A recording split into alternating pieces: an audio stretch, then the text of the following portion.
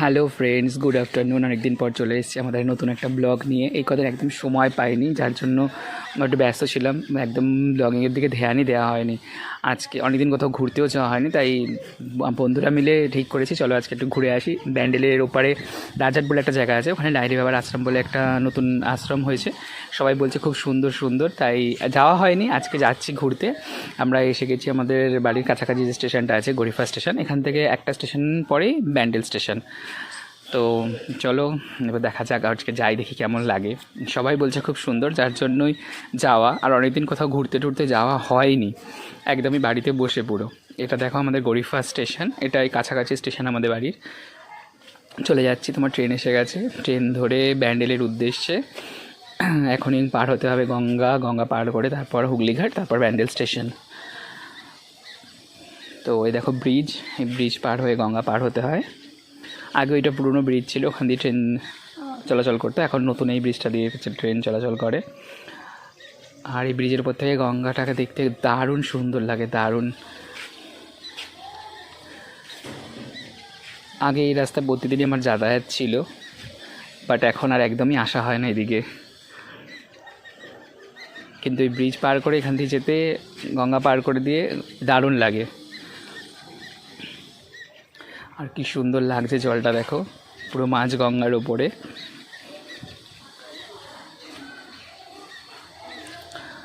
আর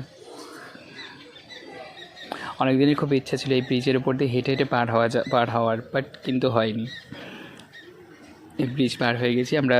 ব্যান্ডেল এসে টোটো বা অটো পাওয়া যায় ওখান থেকে, সেটা ধরে নিয়েছি।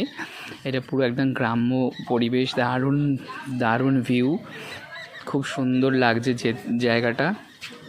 আর স্টেশন থেকে একটু ভেতরেই আসতে হয়, কিন্তু দারুণ আসার যে আশেপাশের পরিবেশটা, সেটাও খুব সুন্দর। আমাদের তো খুব ভালো লেগেছে।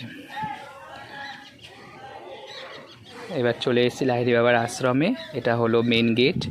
চলো, ওই যে যাচ্ছে আমাদের একটা ফ্রেন্ড শুভঙ্কর ভেতরে। সবাই যে যার ব্লগ করতে ব্যস্ত ছিল, যার জন্য কেউ কারোর আর কি ফটো তোলা বা কেউ কারোর ফটো তোলার দিকে ধ্যান দেয়নি।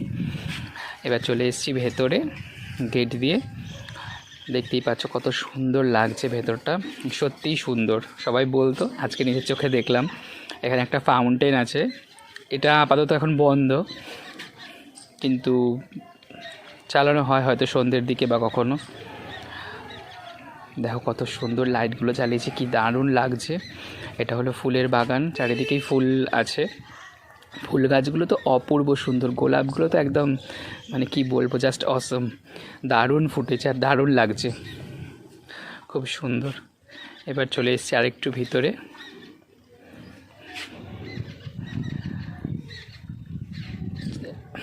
এটা মন্দিরের ভেতরে গেট দিয়ে ঢোকার পরের তারপরের জায়গাটা। এই দেখো কতগুলো স্ট্যাচুও বানানো আছে। এই সৃজিতকে বলছিলাম এটা তুই,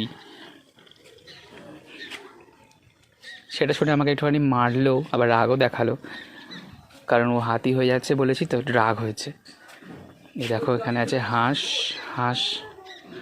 এটা ভেতরে এখনও যেতে হবে, মানে এটা বাইরের পুরো পার্ক টাইপের যে ঘোরার জায়গাটা, সেটা। মন্দিরটা এখনও যেতে হবে ভেতরে।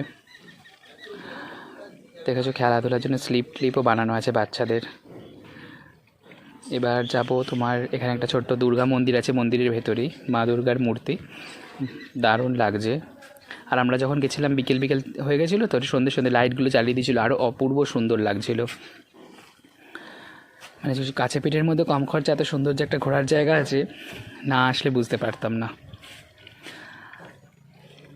এটা আবার সাইডে, ওই মন্দিরের সাইড দিয়ে যাওয়ার পথে এখানে দেখো কতগুলো স্ট্যাচু বানানো আছে। ধনুচি হাতে চারজন কাঁধে করে মা দুর্গার প্রতিমা নিয়ে যাচ্ছেন, দারুণ লাগছে, খুব সুন্দর লাগছে। এবার এটা আবার একটা মন্দির, আশেপাশে ওই মেন মন্দিরটার আশেপাশে আরও নানান রকম মন্দির আছে ছোট ছোট ভেতরের মধ্যে। এখানে আছে ওম, আশেপাশে চারিদিকে ফুলের টব দিয়ে সুন্দর করে সাজানো। এইটা হলো মেন মন্দির, যে লাহিড়ী বাবার আশ্রম ঘুরতে এসেছি। এটা হলো এই যে সৃজিত। দেখো আমি কি কিছু ভুল বলেছিলাম?